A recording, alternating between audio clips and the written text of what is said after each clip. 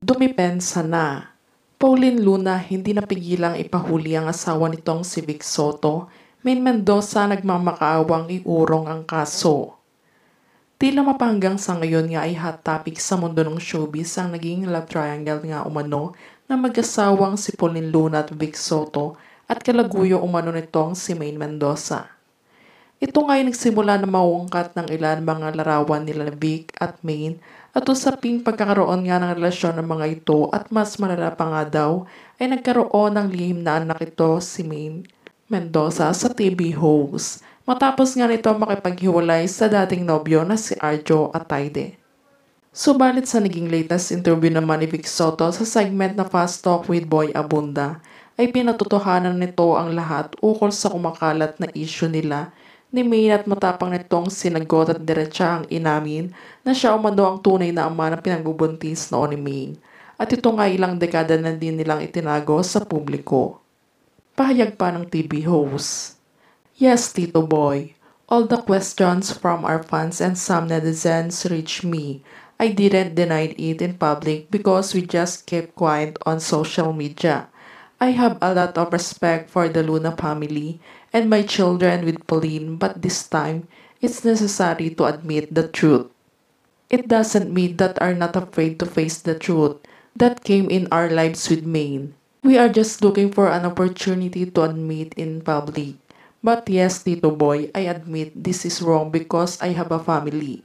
But I have to feel and fulfill the responsible for what I got pregnant. Because I will be charged for what I did. And I'm very, very sorry for that. I am only human and I make mistakes. And I accept my mistakes and that's what I regret in the end. Pangalawa nga na pag-usapan din nila ang naging hiwalayan nila Pauline Luna. Maigsing pahayag ni Vic. Sa ngayon nga sobrang nahihirapan ako sa sitwasyon namin ni Pauline, Tito Boy. Inalayo niya sa akin ng mga anak namin na wala akong karapatan bilang ama at nag-file siya ng annulment nang wala akong kalaban-laban. At huli nga ay ibinenta niya lahat ng kagamitan at house and lot na pinaghirapan namin. Halos lahat walang natira sa akin, Tito Boy. Sobrang ubos na ubos ako ngayon, hindi ko alam kung saan ako pupulutin. Sobrang hirap ng sitwasyon, Tito Boy. Pero wala, kailangan ko nalang harapin kung saan ako dadalhin ng tadhana. Samantala sa pagkakataon naman na ito ay marami ng fans nila Vic at Pauline na umaasa magkakabalikan pa din ang mag-asawa dahil nga daw sa nangihinayang sila sa ilang dekada ng pagsasama ng dalawa at ang ikinawian lamang ay hiwalayan nang dahil sa isang kamalian na pambababae lamang ni Vic. Mailan nga din fans ni Pauline ang hinusgahan ng pagkatao ni Vic. Ayon sa mga ito, alam naman nating lahat na playboy talaga itong si Vic. Noong kabataan pa lang niya sa EB. Wala nang bago sa amin yan. Halos lahat ng co-host pinatulan niyan.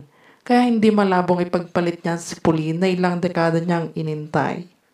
Walang taong matino sa taong manloloko at nakasanayan na ang nakagisnan.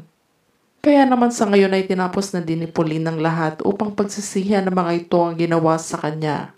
Kaya nag-file ito ng 2 case para kina Maine at Vic.